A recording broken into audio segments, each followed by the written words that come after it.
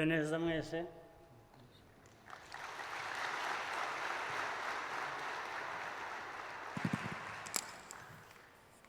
Mfite disikuru hano ni nziza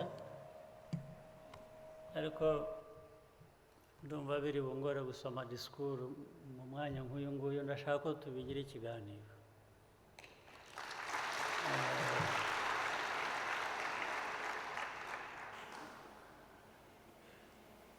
Ndagira ngo mbanze nshimire abatunganyije uyu munsi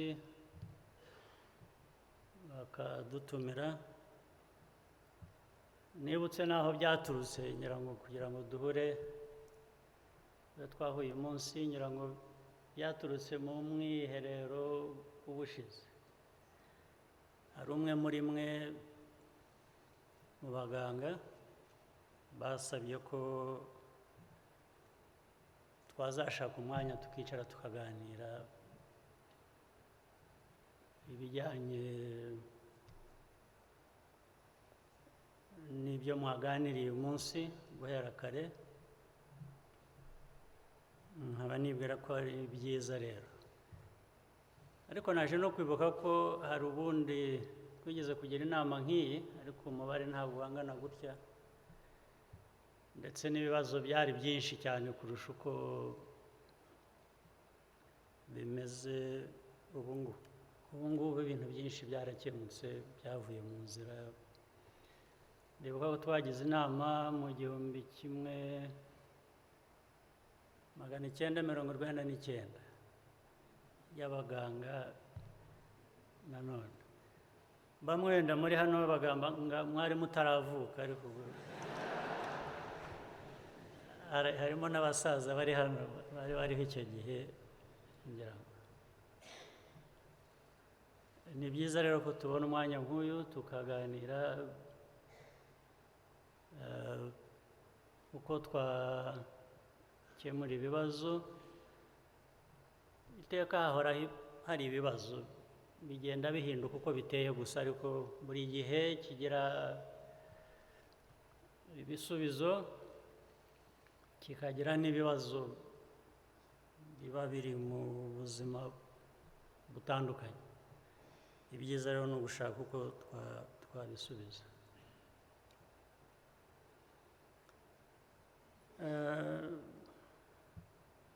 Nanone reka ngera ahandi mpera muri icyo kiganiro.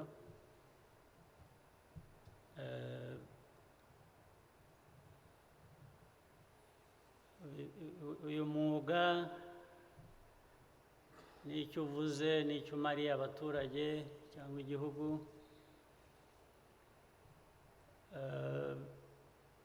kugira ngo bigende neza cyangwa se binanirwa kugenda neza, hari aho biba bikomoka mu buzima cyangwa muri politiki. Reka nze kubiha ideological background.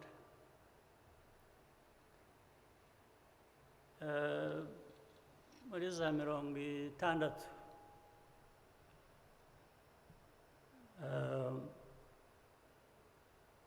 hariho ideologies, n'ubu ziracyahari, ariko icyo gihe zari zifite umurego cyane.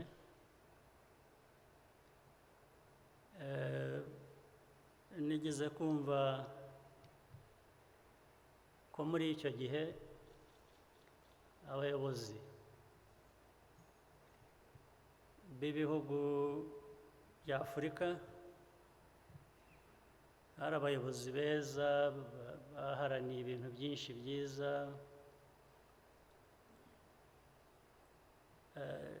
Story nshaka kubabwira, ngo hari abayobozi baje gucyurirana. Sinzi niba ari byo, ariko igihe cyanyuze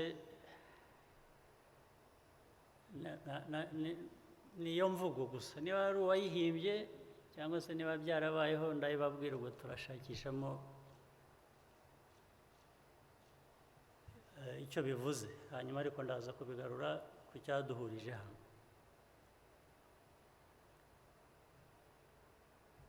Icyo gihe urabizi hariho ibintu bya socialism, hakabaho n'ibya capitalism, ndetse ibihugu byinshi ku isi biragenda, bimwe bigira uruhande rumwe, ibindi bikavuga ko biri urundi ruhande. Umuyobozi umwe rero aza gucyurira undi amubwira we ko yahisemo socialism, undi aza kumucyurira ko we yahisemo capitalism. Umwe ngo aza kubwira uwahisemo capitalism, niho byatangiye, aramubwira ati wowe iyo system ya capitalism ni man eat man.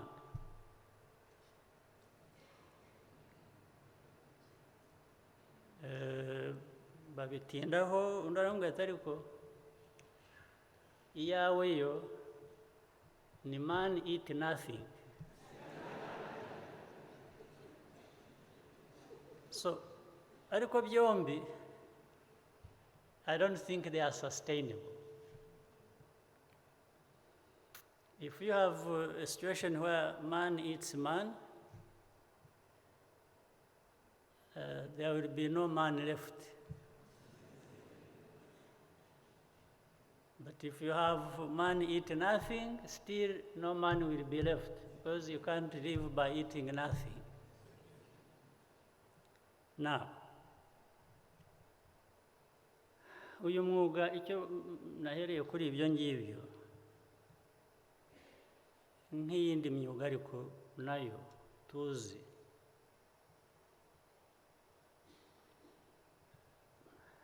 byose ngira ngo byanavuzwe mu babanje, ndetse na principles zigenderwaho, amahame ko abantu bitwara, ibyo bakurikiza, byose kandi ni bizima, nibyo. Ariko kandi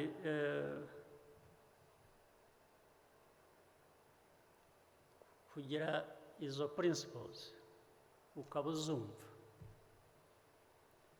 ndetse ukavuga ko bisobanutse, bifite urutonde rusobanutse, byanditse, aribyo tugenderaho, icyo ni kimwe kandi cyangombwa.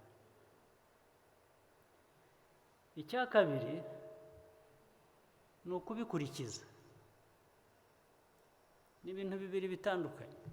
Ntabwo bivuze kubera ko ufite amategeko cyangwa ufite amahame cyangwa ufite ibintu bisobanutse, ntabwo bivuze ko ikibazo cyakemutse.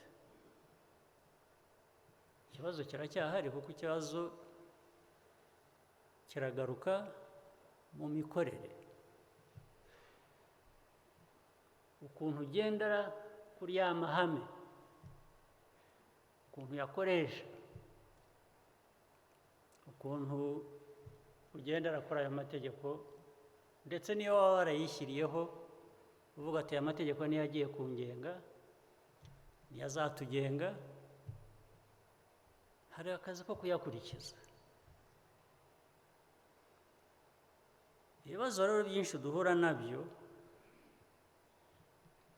birimo ko umuntu akubwira ko hari amahame, hari amabwiriza, hari uburyo,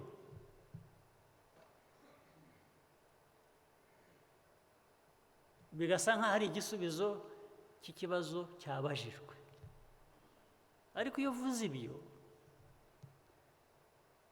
uba usobanura uko ibintu bikwiriye kuba bigenda, ntabwo uba usobanura uko byagenze. Those are two different things. Uko byagenze ni ukuhe? Byakurikije ya mahame uvuga, byakurikije aya mabwiriza, byakurikije uburyo bwose waba warishyiriyeho cyangwa bwarashyizweho, nibyo wakurikije, aho niho ikibazo kiri.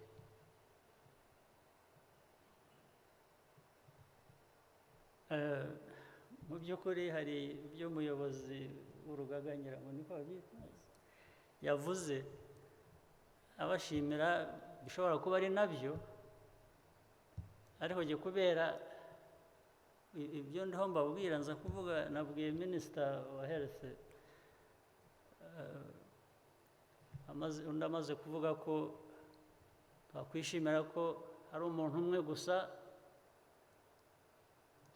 wahagaritswe cyangwa wagize mwakuye ku rutonde rwabo, ndambwira ariko nibyo byaba baragombaga kuba ari 20, hakaba haravuyeho umwe gusa. Impamvu navuze ibyo nta nubwo ari ukudawutinga ko ibyo yavuze ari byo cyangwa se byanubahirijwe, ariko icyo navugaga cyatumye mubwira nashaka gutandukanya ibyo bintu uko ari bibiri. Muri the actual practice, mu mikorere niho usanga ikibazo, cyangwa se mu mikoreshereze ya za principles, amahame n'amategeko, ku buryo iyo bitakozwe neza ibibazo byagombaga gukemurwa ari 20, ukemura kimwe gusa. Ntabwo bivuze ko utasuzumye uko ibyo bintu byakoze ntabwo wakwemeza ko ari umuntu umwe gusa wagombaga guhanwa.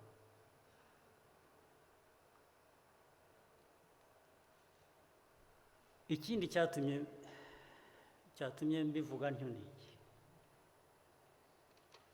nanone turaza gukomeza tugere kuri ibyo bindi, ni uko twese turi mu gihugu kimwe, turi abenshi hano muri mu mwuga umwe, ariko mufite n'aho muhurira n'abandi bo mu yindi myuga. Uwo mwahagaritse simuzi, ariko nasanze atari uwo jye nahuye nawe wari ukwiye kuba yahagarikwa. Ubwo agiyemo bari kuba 2. Ubu ndavuga jyewe personal experience, ntabwo ndi buvuge ubu byakoze bindi simbizi, ariko jye hari undi noneho nzi live. Nicyo cyatumye mvuga kugira ibyo abantu bagenderaho ni byiza kandi ni ngombwa,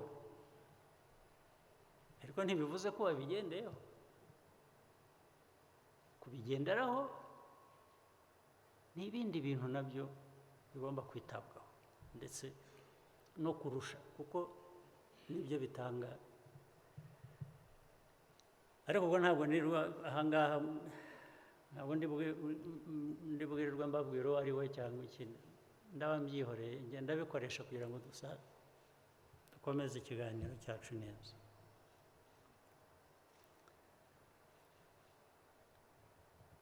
Ibindi rero byavuzwe,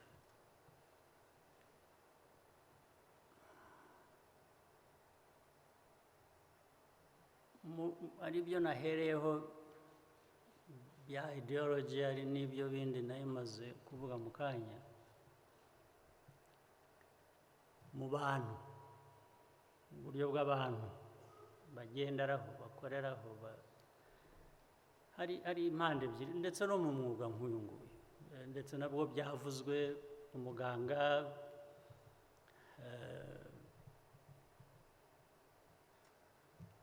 profession ye, umwuga agenderaho, afite uko bimushimisha, iyo yujuje inshingano, nabyo nibyo. Ni ukuvuga rero ngo hari impande ebyiri. Uruhande rumwe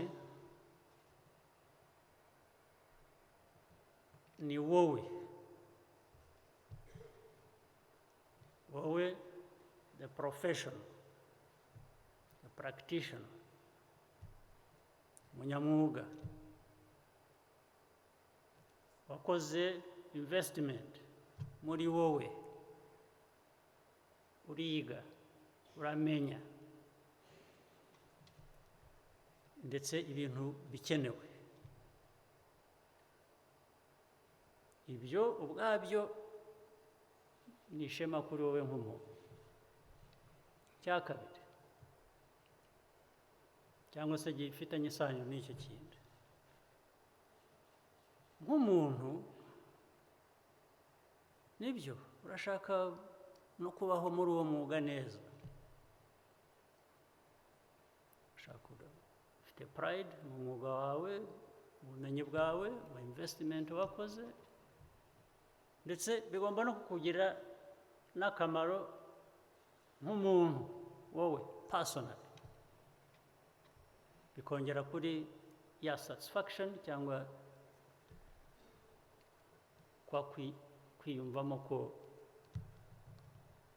ibyo wishakagamo ufite aho bigejeje. Cyo ni kimwe. Icya kabiri now is how you interface with the society. Ntabwo uri umuntu gusa professional, urahumirije, urakora, urahembwe, uratashye, ugeze ku bikaguha ishema ryo kumva ko ibyo wakoze byajyanye na investment wikozemo. Hariya interface na society noneho rero, aho uhurira n'abantu,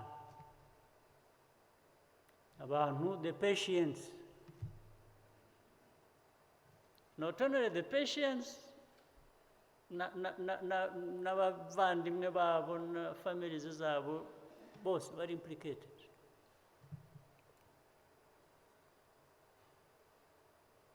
Now, mu nshingano rero dufite ibyo ngibyo nka profession, mwebwe the practitioners, ari byo bibiri nyine, is the personal side, there is how the personal side interacts with the society, each for the benefit that we want.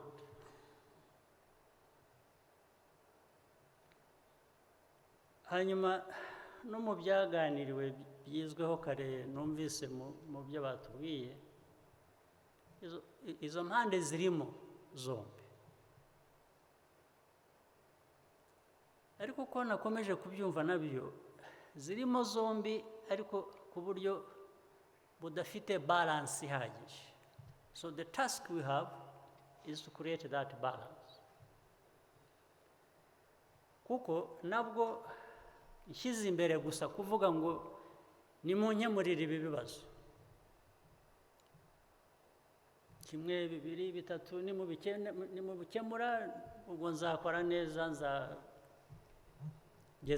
ku bantu ibyo bantezeho, bitari ibyo ubwo birumvikana ko nshobora kwikorera ibindi cyangwa kugira ngo personally mbere. Bigomba kuba ni balance. Satisfaction muri profession yawe ku buryo ibikoresho, uburyo bushoboka buhabwa kugira ngo butangwa kugira ngo ugere ku ntego. Then ikindi, bariya abantu ariko bo ndetse ibyo bikoresho, ayo mikoro, ibyo byangombwa biturukamo, kuko nibo biturukamo. Are you really giving back? Are you giving them what they expect from you. And this is a question only you can answer better than anybody else. It has to start with you. It's not enough for somebody else to come and tell you, no, you're not doing enough, you're not doing good, something wrong with you. Ntabwo ubundi biba byiza. Ariko bihereye kuri wowe, ukibaza ati ariko kandi ntabwo muyobewe igihugu cyanyu cyangwa abantu mukomokamo muva mu babyeyi banyu, abavandimwe, inshuti n'abandi mutazi igihugu, abanyarwanda. Ntabwo you're not ignorant. You can't even expect too much or beyond what the country can really provide. Uri umuganga, uvura, yes. In fact, uzi neza wenda kurusha n'abandi by even that background, by that education. Gushyira ibintu mu gaciro ukamenya nyine ko hari bitabonetse kubera ko bitari impamvu babikwimye cyangwa bagabanije agaciro k'umwuga cyangwa ikintu, kubera ko niko biteye. Ntabwo ikintu cyose umuntu yifuza muri buri profession akibona nk'uko acyifuza. Icyo nacyo that must be factored in mu byo dukora.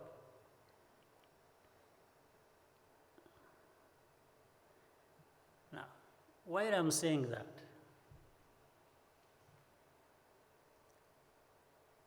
ariko reka turebe noneho hari urutonde rw'ibintu byavuzwe bitariho, laboratories, imishahara, amamodoka, byose bifite aho bishingiye, bifite ishingiro, washakisha ukaribona niyo waba utaribona. Ariko it is not the only problem. It's just one of the many problems that must be addressed.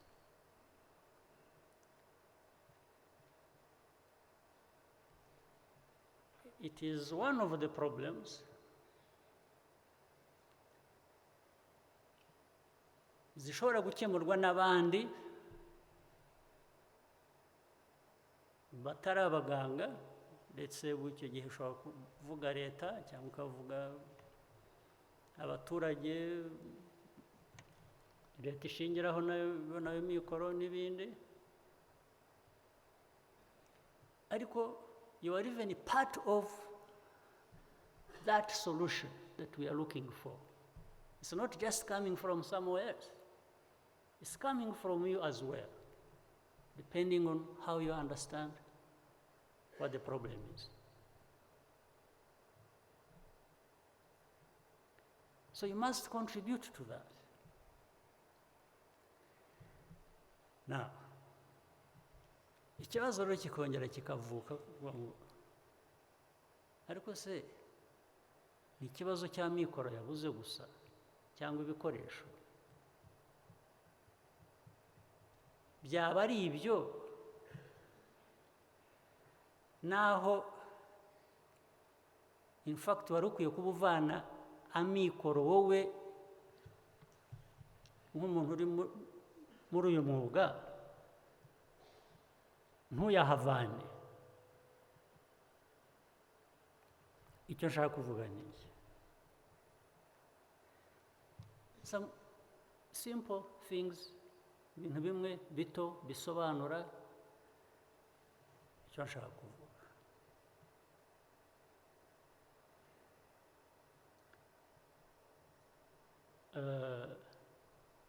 Minister of Health nyirango no mu cabinet na hehe muramumerera nabi, nyirango ari hafi gutoroka ku mirimo.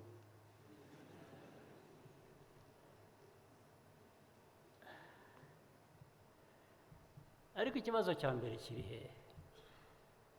Ni ibibazo byinshi. ikibazo cya mbere iyo abantu bashaka gukemura ibibazo ubanze wivanemo ko ikibazo giterwa n'undi wowe nta ruhare ubifitemo ubanze unisuzume urebe wowe ubwawe niba udatera ikibazo the blame game that goes on umwe ni kanaka n'abaganga n'abaminisitiri n'abameya buri wese ntawe urafata responsibility ngo avuge batukora bizi I have contributed to this problem let me contribute to addressing this problem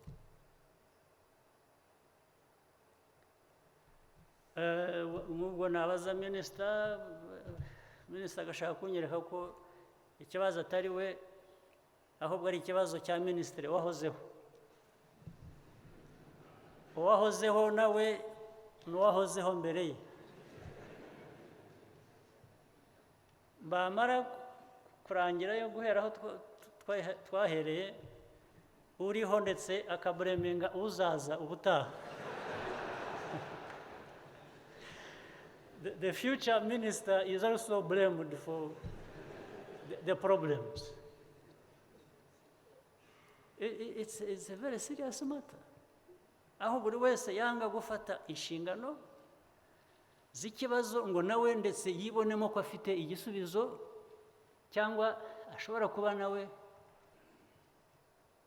afite contribution ku kibazo noneho ngo agire contribution ku gisubizo tukazunguruka aho ngaho niyo mpamvu ibibazo bimwe biganirwa imyaka 10, 15, 20 bikakomeza bihari ari cyo kibazo ubundi icyoroshye guhungiraho ni ukuvuga uti budget buri muntu wese umubaza ikintu ati budget ikaba budget ariko iyo umuntu akomye avuga buri kintu cyose ari budget umenya ngo ariho arahunga ikibazo yabonye hagihungira is taking refuge in the budget now ariko nkwereke ko ari rimwe ari uguhunga ikibazo ubwabyo wowe waba ukuriye institution itanga service ugomba kwishyuza hanyuma ukibagirwa kwishyuza wowe wahaye serivisi kandi ikibazo cyawe ari budget nicyo ashaka ko musubiza yes murabizi ibyo mbabwira murabizi hari abantu aho abarwayi aribo biruka inyuma y'abantu kubishyura what they owe to the health institution. Because the health institution was not going after people to pay them for their services, which they know they need to be paid back for. Ntabwo ari hamwe, ntabwo ari habiri, ntabwo ari igihe kimwe, no murabizi ko muri ahangaha muri abagabo. Money owed, sometimes in hundreds of millions or billions, z'amanyarwanda. Institutions zitakurikiranye ngo zishyuze, ariko bakajya kuvuga ngo budget. Hari ikibazo cya budget. Budget ko yakakemuwe n'ayo mafaranga utishyuza. If not entirely, but at least partially. Ushobora kwishyurwa, bishobora kugira contribution 30%, 60%, birashoboka. But why don't you follow that man? Ubwo se icyo nacyo murakibara nk'iki. Icyo nacyo mukibara mu bihe bibazo. Ibibazo byatewe n'undi muntu utishyuza wowe hanyuma ukaza kuvuga ko ari ikibazo cya budget. izo cases ziriho minister cyangwa ntabwo ziriho? Nagiye nziguha inshuro zirenze zingahe nkikubwira, because the minister of finance ari hari namuzanye ngo yicara. The very people asking for money are owed money, they are not following up kugira ngo bishyure. Iyo contradiction isa yo itewe ni ikibazo cyatewe nande ubwo ngo.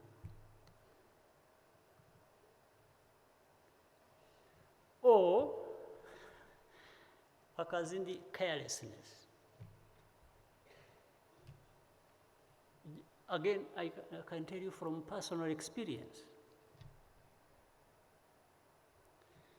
Umuntu akagenda akinjira mu institution ahashaka services akwiye kuba yishyurira, akinjirayo akagenda akabwira abantu ko ari mwene wabo wa Kagame, bakamwakira bakamushyira mu cyumba cya VIP cyishyurwa muri night farangahe. Je nkazajya kubibona banzaniye bill ngo ninishyure, ninde se uyu nguyu ndishyurira? Who am I going to pay for? ngo ni kanaka. Kanaka nibyo ndamuzi, ariko se yaraje ababwira ko ari uzishyura ngo hari baroho yanjye yazanye se ivuga ko nzishyura. Wowe waba ushaka amafaranga and then you entertain umuhisi n'umugenzi ukubwira ngo mvuye kwa Kagame yambwiye ngo nicare hano mu mvure, ukamwemerera gusa so izire gutyo. Ubwo se ikibazo gifitwe nande? Ikibazo gifitwe n'uwo cyangwa gifitwe n'uwamwakiriye and entertains that thing? Ikibazo kiri he? Ubwo hari muraza kugira n'icyanjye nanjye ikibazo umuntu bagiye gukoresha izina rye ntanabizi, ubwo nanjye ni ikibazo cyanjye se? Why would you entertain that? Why would you entertain that? Wowe akazi kawe uri umuganga uravura. Icya kabiri, niba ukuriye department runaka cyangwa niba hari ibindi nyine birebana n'ubwo buryo bw'imikorere, kuko uzi ngo ejo uzakenera amafaranga nk'uko bivuga ngo budget ukeneye ifite aho ituruka.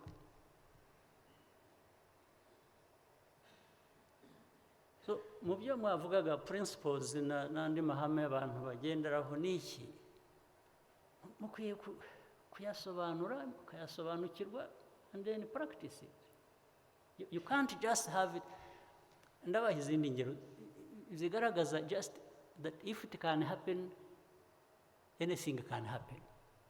Bitari muri bya bindi mwavuze bya mamodoka yabuze bya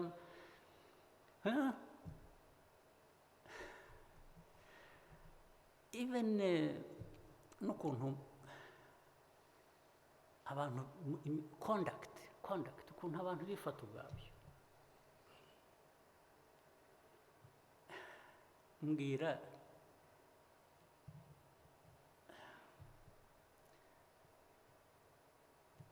hatungutse minister, prime minister, president, governor yinjiye mu hospital, abaganga bose barahuruye, abarwayi barabasize, n'abandi bafite utuntu bakanda tukavuga bashaka help bakabura umuntu, kubera ko everybody is attending to the minister, is attending to the prime minister. Prime minister niba ababara urutoki yagiye kureba muganga, umukuru wa hospital, abaganga bose niyonka byose bikaza bakirirwa inyuma ya minister. Iyo ibyo nabyo se nibyo mwiga mu mwuga? ibyo nabyo murabyiga mu byo mwiga mu mwuga, niko bababwiye gukora, niko mukora, cyangwa ahandi niko mwabibonye niko bakora. It happens every day. Ndababwira ibyo niboneye, ntabwo mbari inkuru. Iby'inkuru ndababwira ko ari inkuru, rumors ndababwira ko ari rumors. This I'm telling you as a fact. Ibise bihuriye he n'umwuga cyangwa no gukemura ibibazo bavugaga dufite muri uyu mwuga? It's just carelessness, absolute carelessness. How do you ibyo gusa se, you see it, umuntu kanaka agize ikibazo,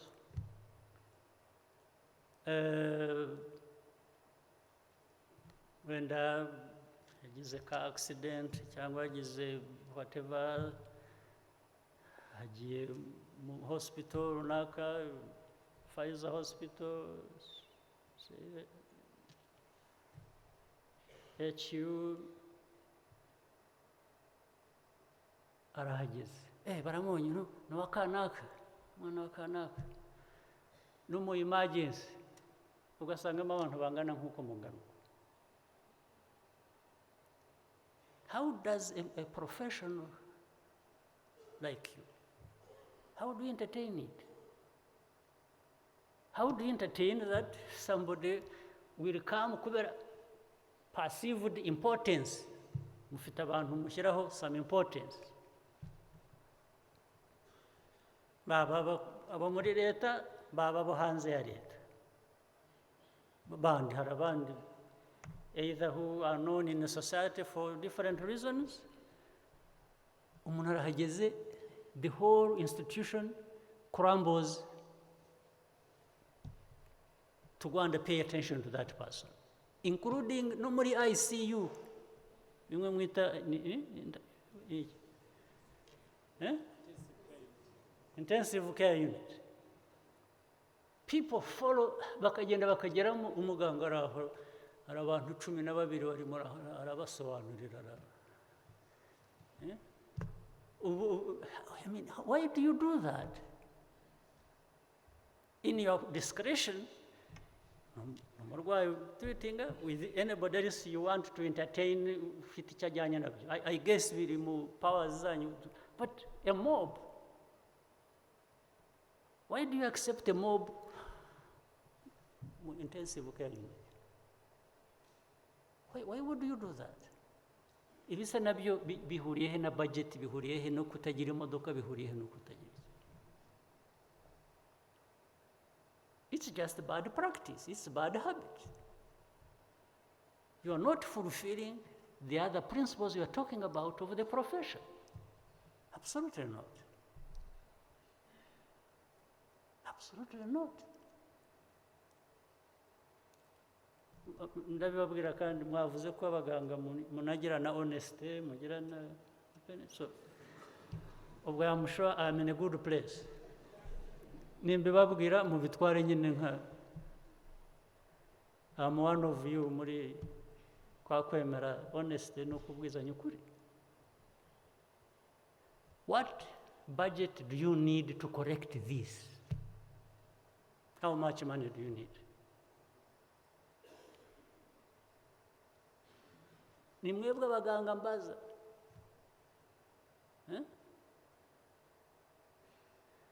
Ibyo kohereza abantu hanze mwahoze muvuga, which I really, well, ndabyihoreye kuko binangeraho, hari abo baza kumbaza clearance ngo bareke abantu bagende, nkavuga ariko se niba abaganga babivuze gendanga nkande nkasinya nagende, because the doctor has said so who am I to say no? But in a moment like this, I have to tell you the truth.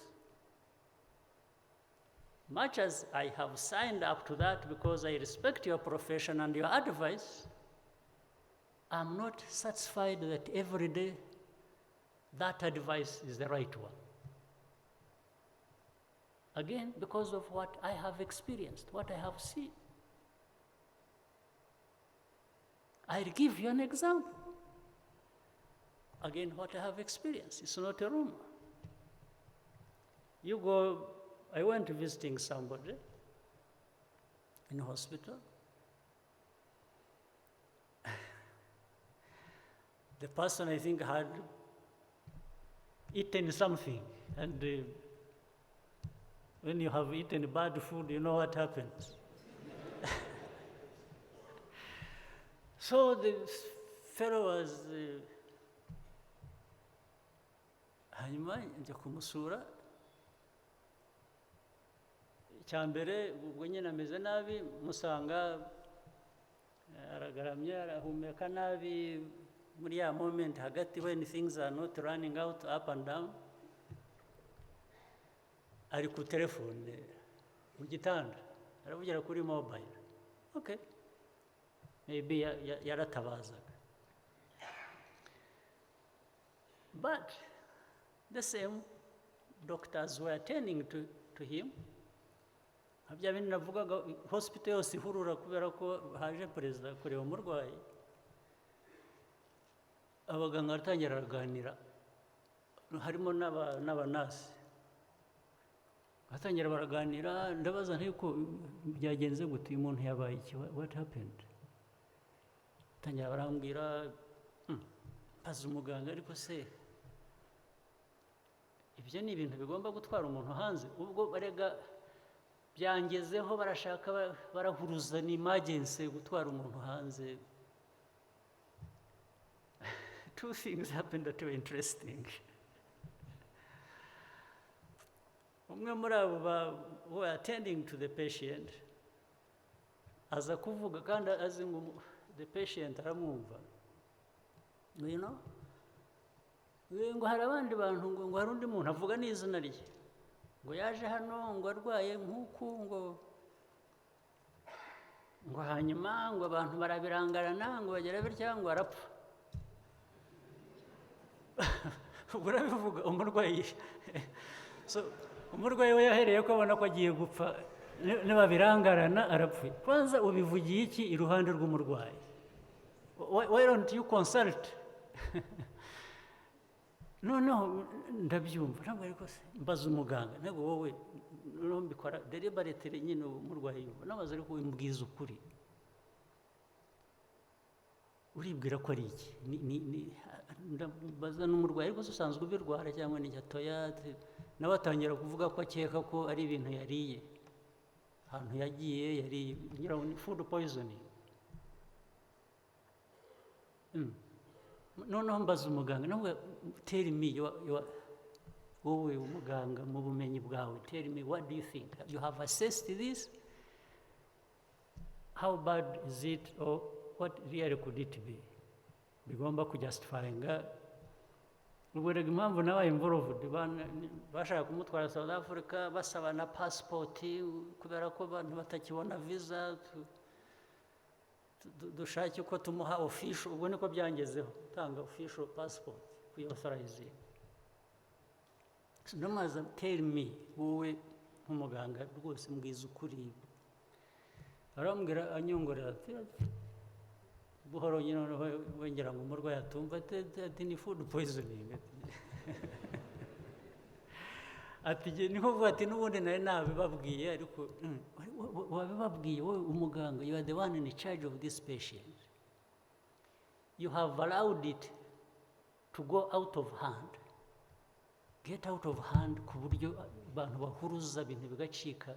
Ubu tugiye guhayaringa indege cyangwa tugura amatiketi twohereza uyu muntu hanze, uzi ngo it is food poisoning, ntushobora kumukaminga down. N'uyu muntu wicare iruhande bakavuga ngo hari undi waje ameza atya, baramurangarana arapfa.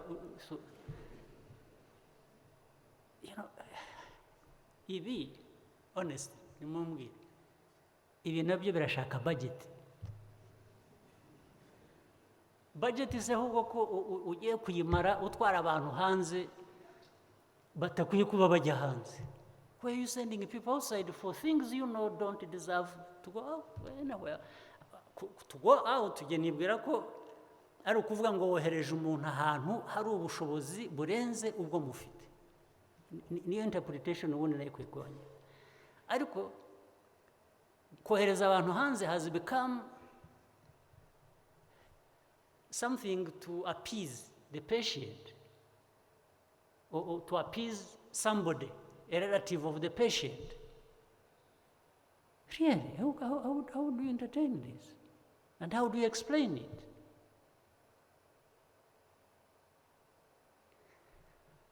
Ariko niba iyi case yewe ariyo nabonye ngeze, ubwo hariho zingahe zindi ntamenya cyangwa ntabona. So in this case, what is it that is lacking? It has nothing to do with the budget. It has nothing to do with the lack of a vehicle.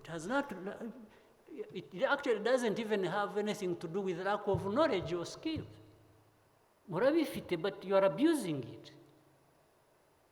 You are abusing it by saying somebody with food poisoning needs to be treated with emergency, flown out of the country. You are abusing your own knowledge. You are abusing your own profession. Absolutely. It has nothing to do with the budget. It has nothing to do with poor remuneration. It has nothing to do with it.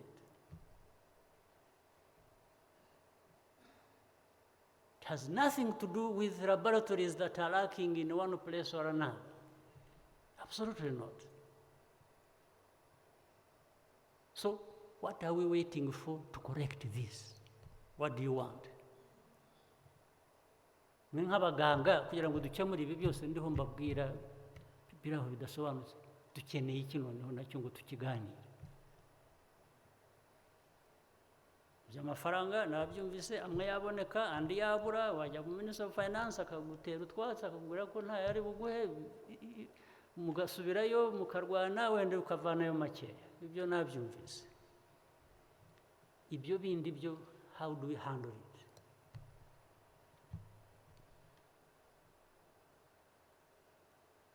How do we handle it?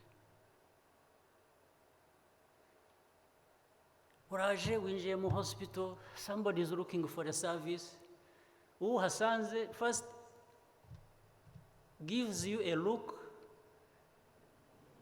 arakureba nk'ukubwira ntuzagaruke hano. Or is like telling you stop being sick.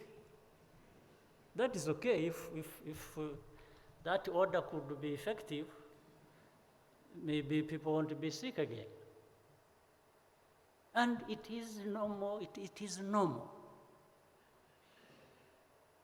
And if you even comment ukagira icyo umubwira ni wowe uri mu cyaha.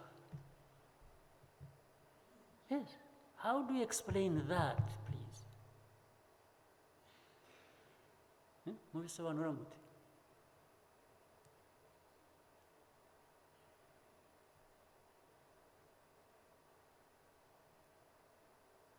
Kandi ugasanga biri rampant, the way either umwaranyuza aha washaka undi aramisha arasubizayo adashaka undi abwira nabi abarwayi. Niba hari ikibazo, explain the problem and maybe it will be understood. But you can't be the problem. Why should you choose to be the problem?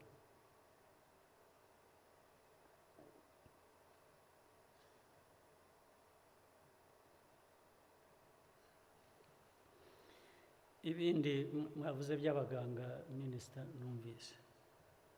Nabwo I was told. So this time, which I have experienced, for which I say is a fact. Iyo yo ne rumor ngira ngo, let me call it a rumor. Muri specialization z'abaganga, I was told the Kandi, by the way, government pays for that. So Minister of Education now will implicated between the Minister of Health and Minister of Education. Mwari mukwiye kuba muduha igisubizo, because we are spending on that. First of all, it is as if people who there is no clear criteria ziriho z'ukuntu abantu baba selected. Icya kabiri, are they going to specialize mu byo, a combination of things bashaka namwe mushaka because of the demand out there for the country, or just somebody goes and says going to specialize. If you're specializing mo bikabibye ntibigire indi input iri informed ivuga ngo aha hantu niho dukeneye abantu, that's why we should be spending money. Abaganga namwe muduha ideas, tube dushyize uruhande amamodoka, imishahara n'ibindi nabyo ni ibibazo, ariko reka tubanze twadurisinga ibi nabyo byari bikwiye kuba bikemuka, ariko ntibikemuke no kubera iki. How do you explain it? Mwebwe abaganga namwe ko mufite inshingano zitandukanye kandi nategereza. Somebody tell me. Give me some justification and say it happens because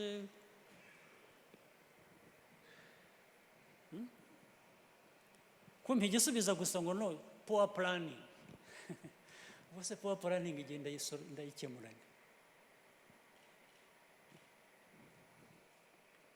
Poor planning ya institutions zireba ibibazo byaduhurije hano tubikemure dute? How do you address this?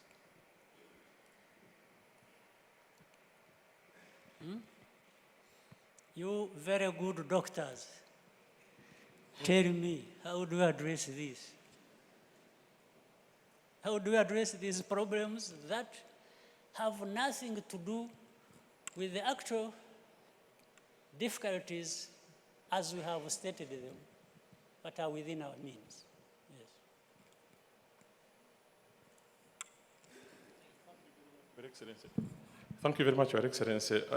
Hari ukuntu twigeze kubivugaho mu kiganiro twagiraga kare. Na poor planning ndumva okay abaganga wenda twabigiramo n'uruhare noneho tugaplaninga neza izo gaps niba zizwi ubu dufite n'ahantu twahera, ariko ikigaragara 12 million of course amafaranga yakoreshejwe ni menshi kandi okay yagize n'akamaro kagaragara, especially duvuga benshi ni umusaruro wavuyemo, ariko it operated very expensively. Kuvana abantu muri Amerika kubagurira tickets en masse. Icyo twavuze kare, twavuze ko kongi hakabaho sustainability plan, hakabaho na budget kugira ngo amafaranga abonetse dushobora kubabyaza umusaruro munini, tubanje tugashaka local skill ishobora kwigisha the human resource kugira ngo amafaranga make yaboneka to pay the local expertise. Wenda ahantu dafite that expertise yo twumva dukeneye ariko twazana abantu bo hanze, nibwira ko bishobora kubyara umusaruro munini. Thank you, sir. But still there is a contradiction even in what you are saying, Joseph. For example, it is very expensive kuzana abantu in mass kuzana. Yes, of course. First of all, uzanye bande, ubazani iki. Then that's when you can talk about how expensive it is, or how, because good things are also expensive. So it depends on whether you have actually brought these people for something you have already planned about. Yes. What do you want to get out of this expensive thing you have brought? Is the first question. The second, how do you tell me you want to save that money, but keep losing it by sending people outside kuja kwivuza? I mean, you need to think about it. You also know how much money we are spending to send people to India, to South Africa, to Belgium, to wherever. I see this every day. Minister of Finance sees it. I'm always asking, why are we spending this money? Why don't we build this capacity here? Notice your local capacity uvuga ko bayisiga hano still ko noneho nibi nahari kuki bayisiga hano bakajya indi. That is something you must address. Otherwise, it's just self-contradictory. Ariko jye nagize ngo uzanye abaganga muri iyo project uko bimeze with the planning, which you haven't explained to me why people don't plan. Kuko kujya kuzana abantu bavana hanze must be a result of a planning, must be saying, I have done this because there is this thing I want to fit in. Whatever else is related to it, nayo ukayishyiramo. Now, in fact, bijya no gutangira rero byatangiye gute? I'm sure you know that. In fact, byatangiye ari nka support abantu bo hanze bashaka guha u Rwanda exactly gukemura icyo kibazo cya capacity.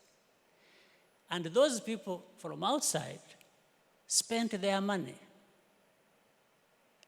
For me, when it happened, I welcomed it n'amaboko yombi. But the task was upon me to say, how do you make sense of this thing sustainably?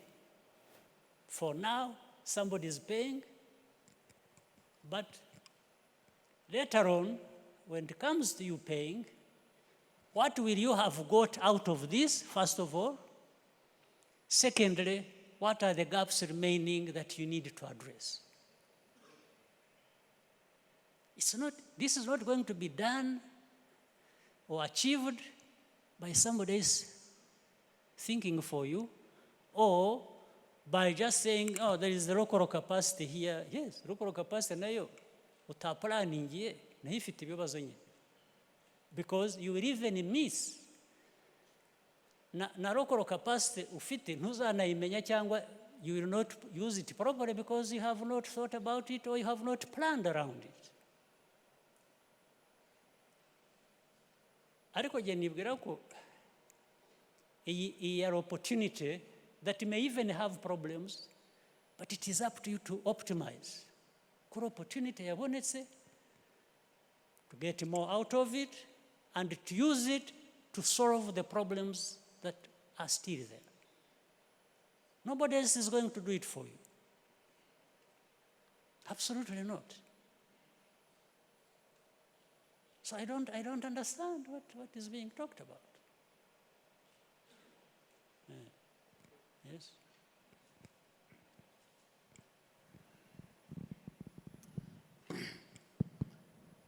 Murakoze, Your Excellency. Iki kibazo tubajije ndumva ari ikibazo gikomeye cyane. Ko n'ahantu ibonekera muri iyo process yo guplaninga. Natwe kugira ngo dutekereze twumve ngo isi icyo dukeneye ni iki. N'ibyo nabyo ntabwo biri granted. Ega nicyo mvugaga. Mukeneye. Mbega naho ngaho bitangirira kugira capacity yo gutekereza ngo ese dukeneye iki ubu ngubu ejo n'ejo bundi. I think ibyo ngibyo tutabizi neza n'ingamba dufata n'ikibikubujije nacyo kitari kiriya. Yes, n'ikikubujije ibyo ngibyo nyine n'ikikubujije kubimenya nacyo ntikiri kiriya. ntawe kiri clear So, n'ibyo it's a reality. Muri medical school twigisha technical aspects, knowledge, tukigisha skills, ariko hari yindi component tutigisha, the attitudes, how to shape our personality and how to become professionals. maze the attitude ye,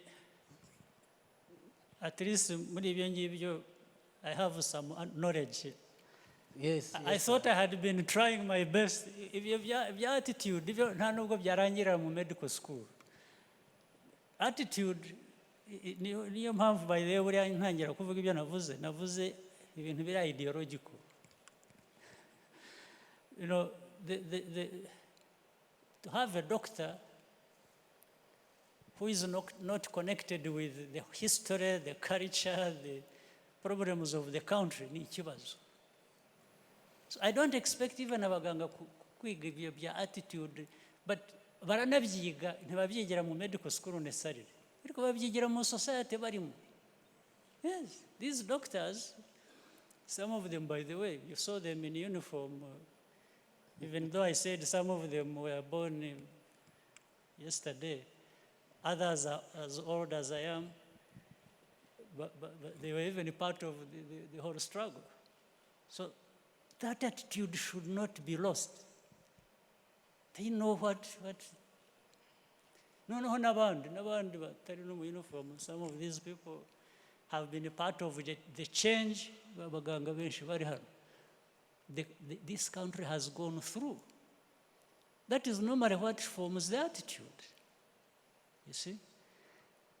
So how people go into medical school and disconnect this, nabyo a problem. Or at least continue it with those who have been there before. You see? I'm not dismissing your point. The attitude issue is a very serious one. Niyo mpamvu natinze kuri ibi bintu, hari ibintu bimwe bijyanye na profession, hari ibintu bimwe tudafitiye na means we wish to look for and obtain. Ariko natinze no kukwereka ngo no, actually hari ibyo tudakwiye kuba tujya gushakira means dufite.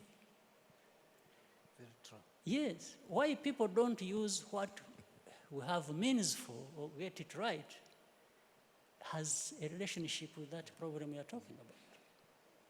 Yes. Yes. The attitude, I'm not dismissing the attitude issue. It's part of it. The mindset. Yeah. If you have a mindset to say, oh, me, I'm a doctor. I'll go here, treat 1, 2, 3 patients, and go do my thing. Hari akantu ka attitude kabuze. There is something beyond that. Yes. Nibyo no muri medical school, I think dukeneye kuba turi medical school yo mu Rwanda. U Rwanda rufite uko rumeze, rufite aho rwavuye, rufite aho rujya. I think we have to introduce your professionalism and attitudes, not necessarily. Actually, you don't even need to introduce it. It is there. Yeah. You just need to practice it. Yeah. You just need to be conscious of it. Sure. Yes. Sure. Because it's like you are a doctor from somewhere. N'abana b'ejo bundi navugaga bagomba kuba bafite abo bakomokamo who have been part of this change.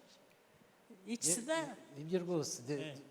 The way it should be done is by example. So young students that join medical school should learn by example.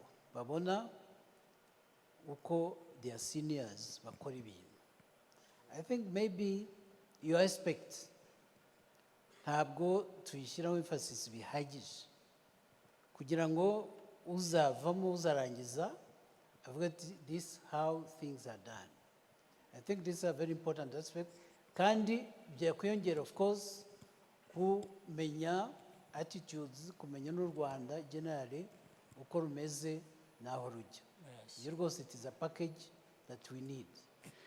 Reka nkwereke ikintu. Thank you for your contribution. Icyatumye nakizana cyangwa nguma nisisimba kuri ibi niki. N'icyatumye nzana na kiriya kibazo cya HRH. You see, it is painful for a country like ours, cyangwa natwe twese, and actually good things that have even been achieved.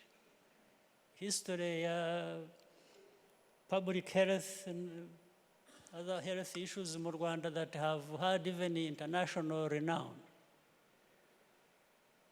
Now, but under it, there are these things that happen bidakwiye kuba bibaho, or issues of sustainability which people talked about. Therefore, what that means, had a danger that even the good structure we have built can at any one time, yes, you don't want that. Second, ikibazo cha attitude covers many areas. Covers those in the profession, it covers those who are taken care of by the practitioners, the people in the profession. So what do I mean? You know, we don't want to spend money here, but we spend it here, bitari ngombwa. You know, navugaga very painful, the rate at which twohereza abantu hanze. And this is something, again, I have talked about with or whoever has gone through the Minister of Health, by the way, as a minister or others. Because my first question was, why do we, let's say now over 20 years, however poorly we have planned, whatever weaknesses, whatever this, we've done something. But there is also another measure. Why then do we have to keep the habit sending people outside? Sending people outside. Some of them are justified. Other cases may not be justified. So that's what I want to make sense of. If it is justified, maybe they require a certain level of capacity that we haven't achieved yet. Fair enough. No problem with that. But there are other cases, you see, probably there are even more, that you would ask yourself and say, why should we be sending people and pay so much? Can't it be done here with the capacity so far that has been built? Right? Now, the answer lies in this. Actually, it comes to the attitude. The attitude, two ways, which we shall have to make sure we find a way of getting rid of it. I mean, ufite amikoro wese n'umubyeyi ugiye kubyara, the first thing that comes to the mind, ngiye Nairobi, ngiye South Africa, ni ukuvuga ahunze system, ahunze, ni ukuvuga ngo twebwe, whether it is justified or not, but it happens. I'm not talking about justification, but I elaborate what it means. It means that in the mind of a Rwandan, haracyarimo ikintu maybe of 25 years ago, justified or not, ivuga ngo umukobwa wanjye cyangwa umugore wanjye cyangwa najya kubyarira hano ushobora kugira ibibazo. Because at the back of the mind aravuga ziriya malpractices ziba hano n'ibintu bijya then na ya case nk'aba muntu wavugaga ati uyu muntu hari undi muntu waje aha baramurangarana arapfa. Aha, so ubwo n'uwo wundi aravuga niba azi story y'umuntu wapfuye kubera ko byariraga ahantu mu hospital, ntagiye mu details ngo amenye niba ari cyo cyamwishe niba ari iki. No, kuri we the perception that is stuck ni ukuvuga ngo system hano you can't nukinisha umugore wawe mushiki wawe kugira ngo abyarire hano karamubaho. It is our task, therefore, to reverse that perception. It will just not go away by itself. You have to reassure people that things have changed. But you can't reassure them by just giving speeches to them. You reassure them by what you are seen to be doing. How you are practicing your profession. And maybe the results, the good stories have to be formed and say, no.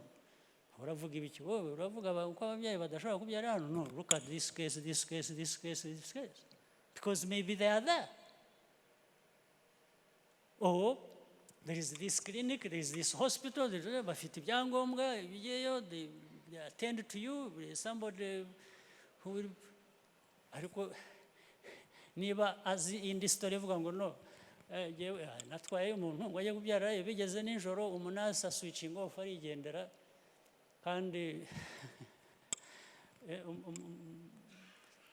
umubyeyi ari aho needing help. It does not help. Somebody will say, no, ndamutwara Nairobi. It's an attitude problem, or a perception, but built on certain realities. Yes. So don't run away from realities. Confront them and deal with them. That's the only way.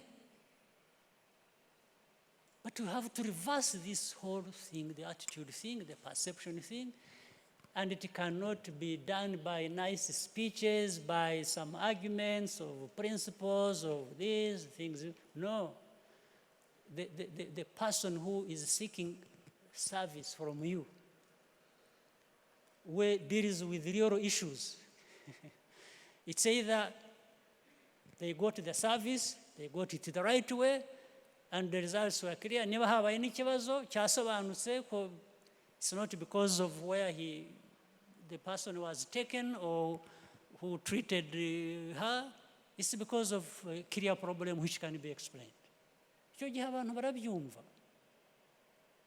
They don't confuse the things.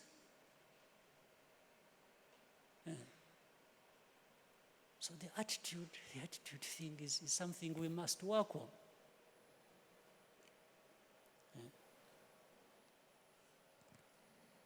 All the way, the whole process. How we conduct ourselves, how we develop capacity, human and other capacities, technology, the investments in technology, medical technology or other. Yes, we need to do that. We need to, yes. There are real issues we must address. It doesn't pay anybody, serve anybody well, guhora turaho nyamara ibintu. No. Let me, again, back to the HRH thing, which I don't think there is any question about it. The question is how we picked it and failed to run with it. Yes. It was not an end in itself, but it was a good starting point. Build around it. Use the personnel that are there to fill the gaps. By the way, also, dealing with the perception is ibyo navugaga by'abantu bahunga hano system yacu no ku kintu cyajyaga kuba solved hano bakagitwara ahandi. They find it easier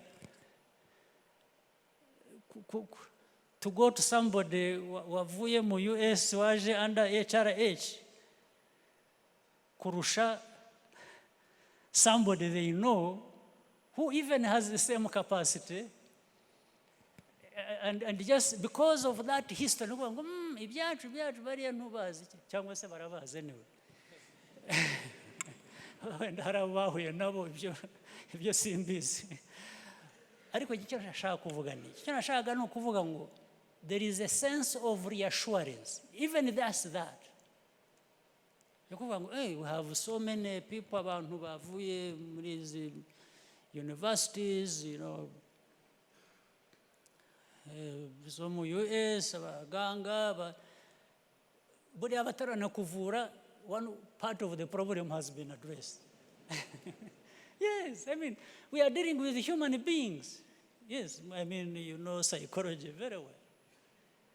It's already, some of them, that problem has been addressed. And I'm not saying it is correct, no, but we can use this as a stepping stone to change the attitude gradually. Kuko, it is happening here. We start localizing it and extending it to our local capacities. But if you are taking somebody to India and you are spending, you are not localizing that capacity as such, and you are not even helping to change the attitude y'abari abantu gusa uvuga ati ubwo ari umunyarwanda abantu bacu ndabazi ingu yaraza agusigamo ibyuma ya cooperating gayigendera niyo ntahabizi ariko attitude ye niko imubwira. But you start killing that attitude by having somebody else, maybe together with the Rwandan, and later on when this person goes, in the mind of this person, the Rwandan has changed. Don't you think so? Yes. We are not just dealing with hard issues. So kuvuga ngo it is black and white. No. We are even dealing with gray areas where somebody knows this is an equally competent doctor, ariko ababayi wacu akamushyiraho icyaha cy'undi munyarwanda yahuye nawe utari uwo nguwo, ubwo nawe kikaba kiramufasha akavuga ati njye ntabwo ndi bugeyo, ariko yabona ari umunyamahanga niyo yaba afite less capacity akaba ari wagana. So it's up to you to know how to use that. Start with that, change it in your favor, and move on. And change the attitude, the mindset, as you're also building capacity at the same time. So I would put my money there. I would put my money on HRH, but it doesn't mean that that's why I put all my money. No. I will put money somewhere else and just have that even psychological and mindset change, give me a better place. Absolutely. So I'll come back to that. This time, I will not give you my money, you will give me your money. And we will do that. Yes, and make sure that ndibwira ko bakiriho ahari, I don't know. I mean, bagishobora baracyaza other than the money, erega uraza gusangamo ibibazo byinshi baracyaza. I'm not sure ko nabwo baza ku bintu waparaninze neza uvuga ngo nabashaka ndabashakira iki. Nibyo uzasanga ari abantu baza random, cyangwa niba bari abantu bashobora kwigisha bakigisha muri universite, n'abarimu baje bigisha bongere kuba hari, niba mufite enough, I'm not sure, bigishe cyangwa se bigishe bavure at the same time. So why, but you have to plan. Yeah? Yes. Minister, there has to be some planning. Your Excellency, we are improving the plan. You're taking too long. Time is a factor that I respect. I know how you are doing it. It's very more pipeline. The length of the pipe is very important. Yes. Pipeline, to me, is a critical thing. Yes. It can't just be a pipeline. It has, what length is it? What does it take? Niba guhera 3 years ago, mukiri muri planning, I have a problem. Yes, with you, with the minister, with the others supposed to be doing what they are supposed to be doing. Right? Yes. I could keep telling you a lot of personal, you know, that really hurts me.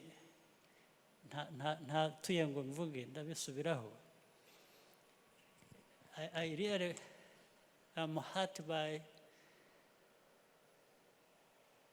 thinking that I cannot walk into a health clinic or a hospital, me personally, and if I'm a patient, be treated there and come out feeling good that nakoresheje institution z'u Rwanda, abanyarwanda nibo bamvuye. I'm still lacking that, and I would be the happiest person. But sometimes the truth is, I have to pay my money to outsiders. When I'm traveling, let me go and see a doctor. Can checking a muscle, everything. And I'm saying, every time I go there, I'm saying, why can't I do this? So let me tell you some experience. I have tried it, by the way. So I got a very bad toothache. I was in a cabinet meeting.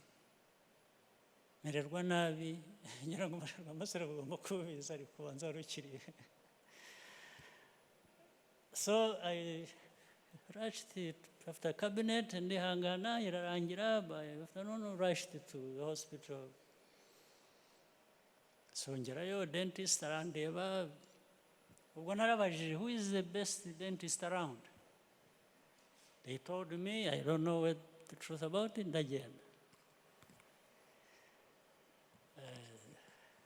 Bankurira iryinyo nari njyanye naryo.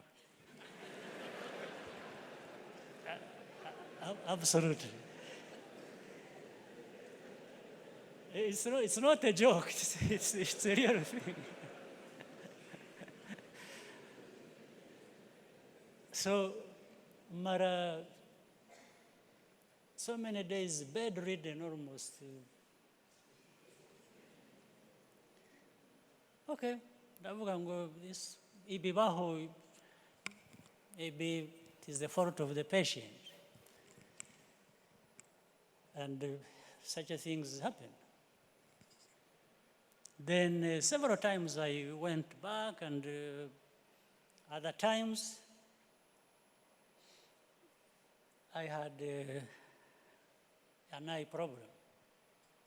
As you can see, I have a problem. If I didn't, I wouldn't need glasses. So, ariko mpora nshaka kuvuga iyo story, hari umuntu witwa John uhora amvura ari he, aragwanya ibivuga nkamushaka kabura. Last time I was telling the officers, mbaza aho John ari barambwira ngo ntiwaje, mbanza kugira ngo niyo mpamvu utaje, but this time we are around. He is a good doctor, he treats me well. But let me add the other side. Since we agreed we are honest doctors, and so nubwo I rushed, ikibazo njya Kanombe military hospital, hari undi mukuru wa hospital wari uri nasanze ninde ari hano, you are the one, yes.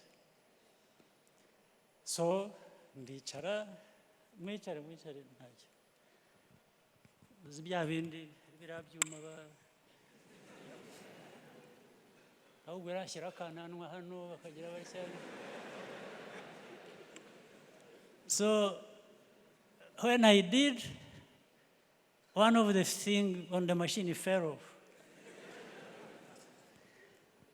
Then baragerageza barasubiranya, nongera bashyiraho akananwa nagashyiraho kikagwa.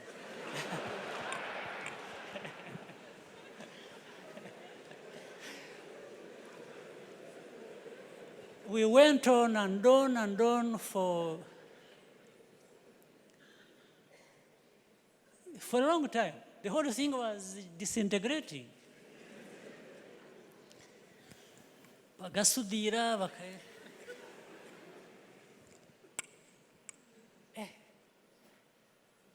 ngeze aho sinibuka neza, at least we had a conversation with John. Sinibuka neza who started it.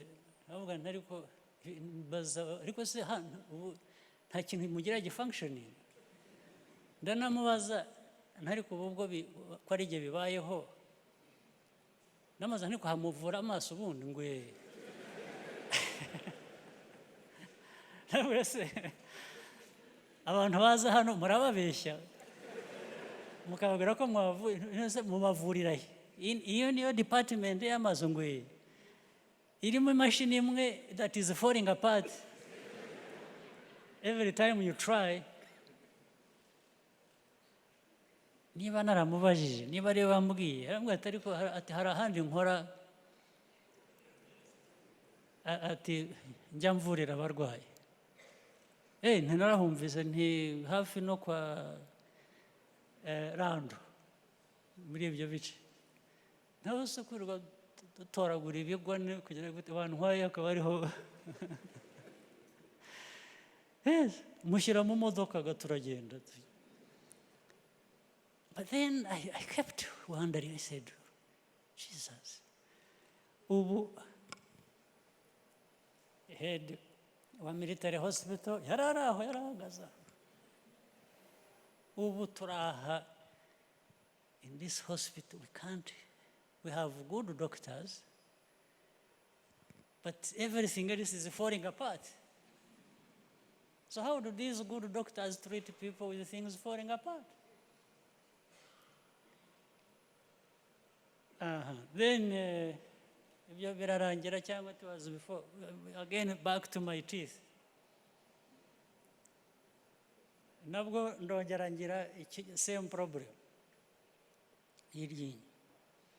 Went back, this time njya Kanombe. Hambere hari Pfizer hospital, then hakabiri was military hospital.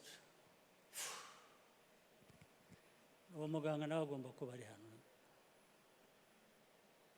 The same thing. Uzi nyine dentists, sometimes you may think they are not kind, but it's not really them. It's the nature of the business maybe.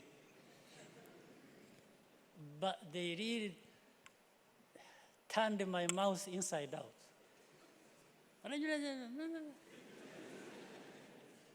Wakazana imashini zimwe zo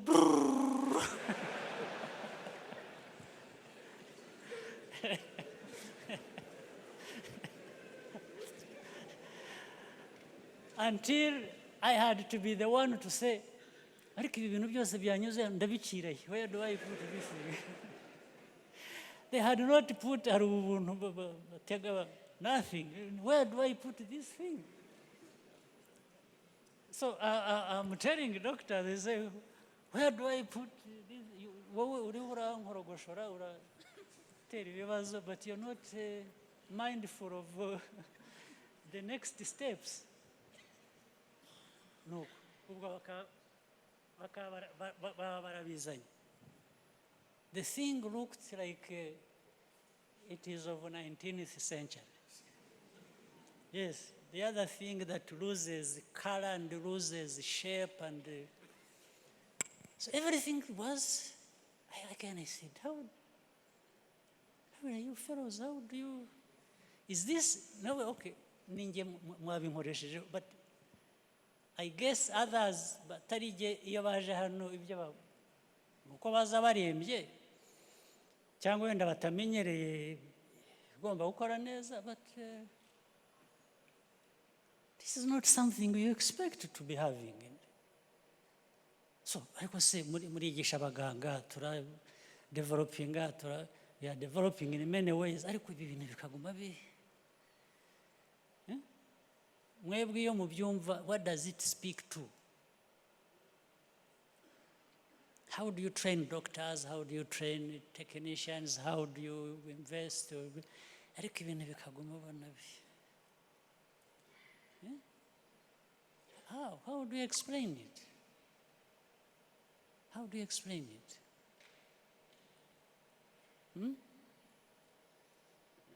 Or why do you accept it? Why would you accept it?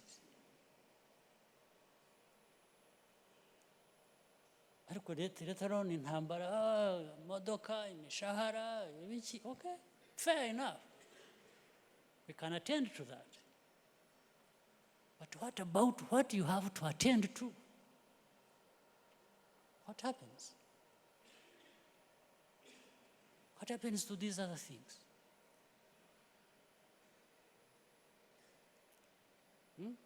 You good doctors, nabonye umwanya, I won't waste it. At least I will tell you my frustration. You have told me yours. I was listening carefully. Now it is my turn. Absolutely. We have to talk about this. Not only talk about it, find a solution for it. Yes.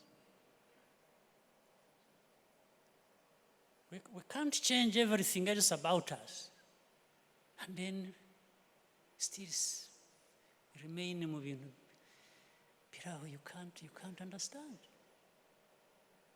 Imikorere iraho. It's like kandi usanze umuntu umunasi doctor, it's like the doctor in the hospital, the nurse in the hospital, the whole world revolves around them. Yes, they take their time, they can afford to do nothing, or something bad, and you've got to, I've got to change this very urgently. And the best way to change it, I would advise, talk to yourselves. Have a conversation with yourself, each individual first. Say, what is it that actually is justified, that is wrong about me, or the mistake I'm making, so that I can correct it. If you are talking to yourself, you will not be defensive. You will accept it for what it is if you have discovered it, and I know you will do better. But if you wait for somebody else to tell you, oh, you doctor, then that is another way of not getting anywhere. As human beings that I have known, that I have met, that I am, iyo undi muntu akubwiye inenge yawe, the immediate reaction ni intambara. It's like the other one is the problem, the one who has told you, even if it is the truth. So the best way to avoid it, talk to yourselves.